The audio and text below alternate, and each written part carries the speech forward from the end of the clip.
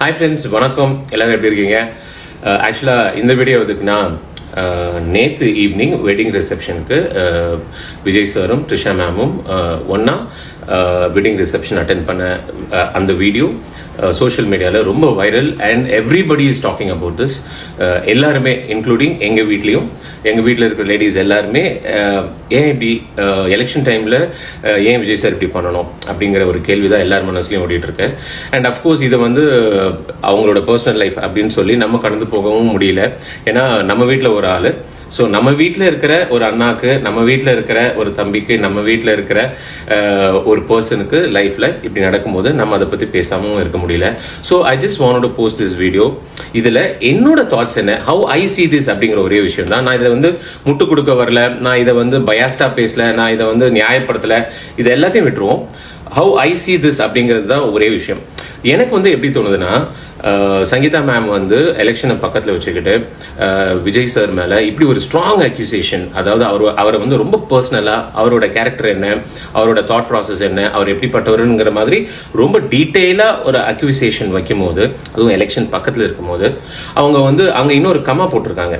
அதாவது அந்த ரிலேஷன்ஷிப் ஏன் பிரேக் ஆச்சு, யாரால பிரேக் ஆச்சு, அந்த பர்சன் யாரு அப்படிங்கிறதையும் நான் வந்து தேவைப்பட்டா வெளியிடுவேன், நான் வந்து தேவைப்பட்டா போட்டோஸ் அண்ட் வீடியோஸ் வெளியிடுவேன் அப்படிங்கிற மாதிரியான ஒரு கமா.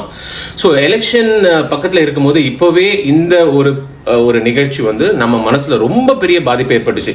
எனக்கும் எங்க வீட்டில் இருக்கிற எல்லாருக்குமே சங்கீதா மேமோட அந்த அக்யூசேஷன்லேருந்து வெளில வரதுக்கு ஒரு 2 நாள் ஆச்சு.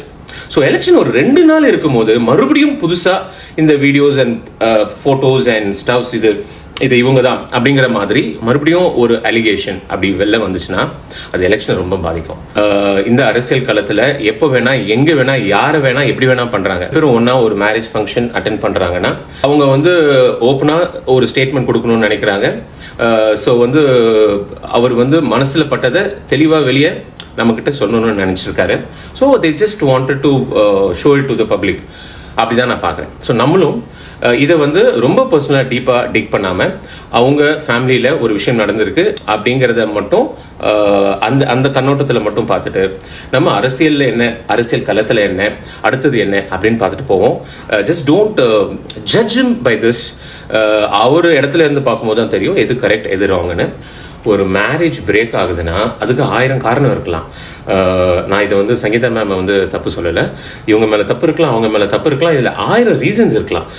இல்லை ஒரு சின்ன ரீசன்ல மேரேஜ் பிரேக் ஆகிற மேரேஜஸும் நிறைய இருக்கு. அது வந்து பியூர்லி அவங்க ஹார்ட் சம்மந்தப்பட்ட ஒரு விஷயம், அவங்க மனசு சம்மந்தப்பட்ட ஒரு விஷயம், அவங்க லவ் சம்மந்தப்பட்ட ஒரு விஷயம். இது ரொம்ப பியூரான விஷயம்.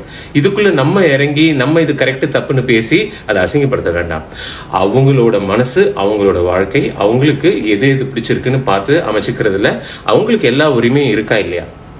ஸோ டெஃபினட்டாக இது அவங்களோட ரைட்ஸ். ஸோ அவங்க டிசைட் பண்ணி அவங்க வாழ்க்கையை அவங்க கொண்டு போகிறாங்க. இதில் நம்ம ஜட்ஜ் பண்ணுறதுக்கு எதுவுமே இல்லை.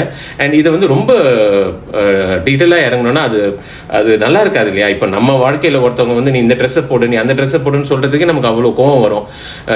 எனக்கு நான் என்ன செய்யணும், நீ ஏன் சொல்கிற அப்படின்னு. அதே மாதிரி அவங்க வாழ்க்கையை நம்ம பேசுறது கூட இட்ஸ் நாட் தட் ரைட்.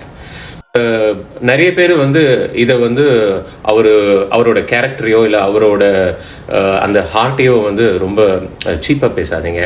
ஏன்னா நிறைய ஹீரோயின்ஸ் வந்து பேசி நம்ம கேட்டிருக்கோம். அவரை மாதிரியான ஒரு ஜெம் யாரும் இல்லை, அவர் அவ்வளோ கம்ஃபர்டபுளாக வச்சுப்பாரு. அண்ட் நம்ம பார்க்குறோம் இல்லையா, எனக்கு தெரியும், நான் பார்த்த வரைக்கும் அவர் குழந்தைங்கன்னா அவ்வளோ பாசமாக இருப்பார், அவ்வளோ பிடிக்கும் அவருக்கு, அவ்வளோ அன்பாக இருப்பார். எல்லாரோடையும் அவ்வளோ அன்பாக இருக்கிறவர் குடும்பத்தோட அன்பாக இருக்க மாட்டாரா?